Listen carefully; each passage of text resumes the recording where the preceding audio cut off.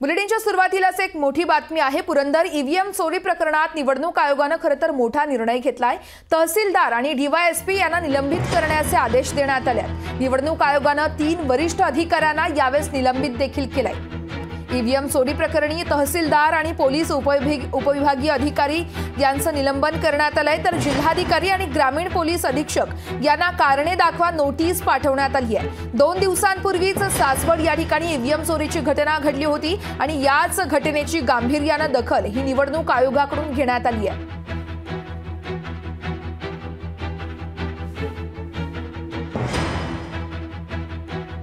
Purandar EVM चोरी प्रकरणात निवडणूक आयोगाचा मोठा निर्णय पाहायला मिळतो। तहसीलदार डीवायएसपी यांना निलंबित करण्याचे आदेश देण्यात आले। दरम्यान ईव्हीएम चोरी प्रकरणात कोण निलंबित झालंय यावर एक नजर टाकूया।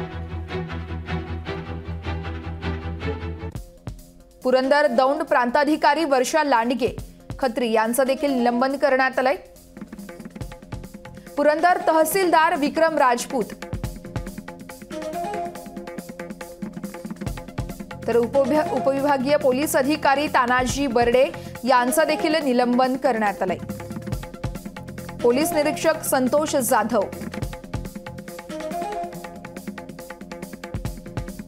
सहाय्यक फौजदार डीएल माने यांचं देखील निवडणूक आयोगाकडून निलंबन करण्यात आलंय।